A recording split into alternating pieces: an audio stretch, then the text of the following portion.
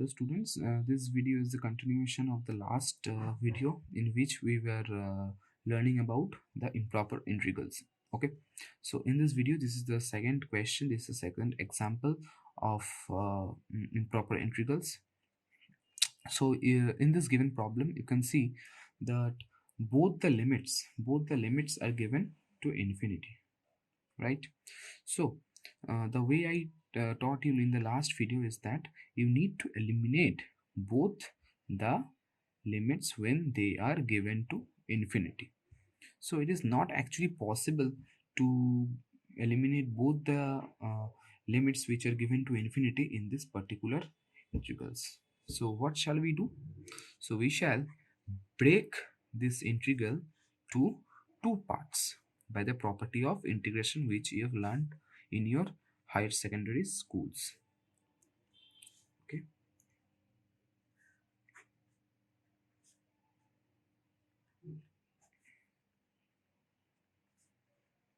So you can see I have broken this particular integral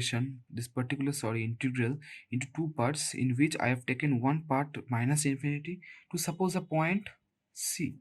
You can also consider it 0, but considering it 0 can be very easy. So you cannot solve many sums. You cannot solve every sums by the process, like if you are breaking it to 0. Okay, so I have taken to an arbitrary point C which lies between the minus infinity to plus infinity. I repeat students, you can also, in this particular sum, you can also consider the upper limit in this case as 0, like minus infinity to 0 and 0 to infinity. But every sum is not solvable by that. So I am considering in this sum only minus infinity to C, a arbitrary point which is lying between minus infinity to infinity, and of course it will continue from C to infinity.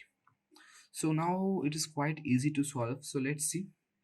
So what I have told you in the last video, that you need to eliminate the infinity limits, right? So I take a point x1. I take a point x1 in this case, which is approaching towards minus infinity. So the limit of course becomes x1 to c 1 by 1 plus x square dx, and the other I take another limit which is x2, which is another variable. X2 tends to infinity, integration c to x2 1 by 1 plus x2 dx. Okay, I hope it is clear till now. Okay, so let us solve. Limit x1 tends to minus infinity.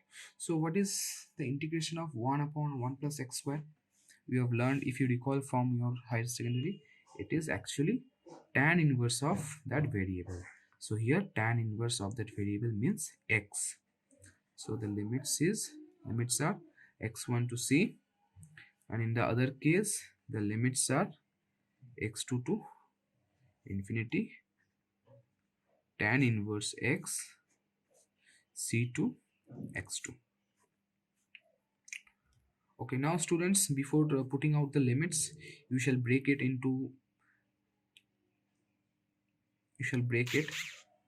So what will be the result? Tan inverse, if you put the upper limit first, tan inverse c minus tan inverse x1, right? In the second part, x2 tends to infinity, tan inverse x2 minus tan inverse c. Fine, it's clear I guess till now. Okay, so now you can put the limits. So here there is no variable present, that is x1 or x is no present, so you cannot put the limits here, so you can directly write it as tan inverse c. Fine, it's a constant of course. So you have now tan inverse x1. So I will do it in the rough one. Okay, I shall show you some rough work over here.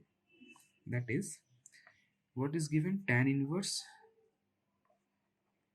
If you put out, if you put out the brackets, you will get minus tan inverse x1, right? You'll get minus tan inverse x1. So if you put up the limits, that is in here the limits x1 is approaching to towards minus infinity. Okay, so here also if you take out, if you put the limits, that is tan inverse, what will be the result? Tan inverse minus infinity. By the property of trigonometry, you must be knowing that tan inverse minus infinity is minus tan inverse of infinity. Fine. So you can also write it as minus tan inverse. So where the so what is the point where tan becomes infinite? Do you know that?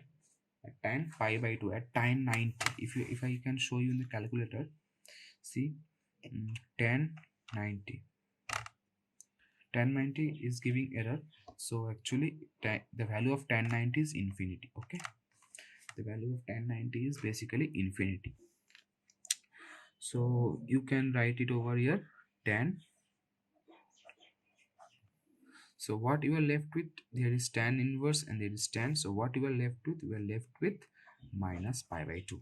So the value of minus tan inverse x1 in this particular sum is what?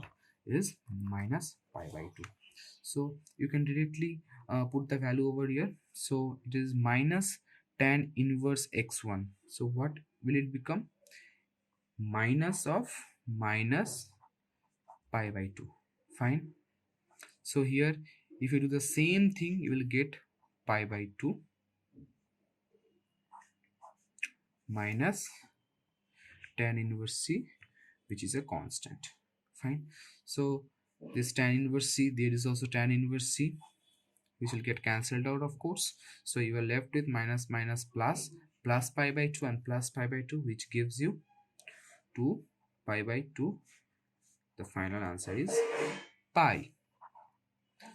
So here is how you do this kind of, you solve this kind of problems.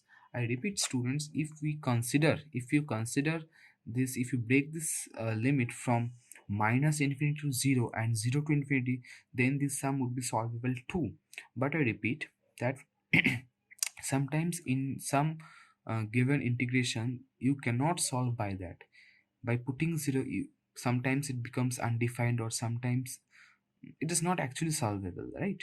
So in that case you cannot solve by putting 0. So to solve in that way, I have considered an arbitrary point which lies between this minus infinity to plus infinity. So hope this video is knowledgeable. So if you like the way I teach, you can join me by subscribing to my channel and liking this video. Okay, thank you and goodbye.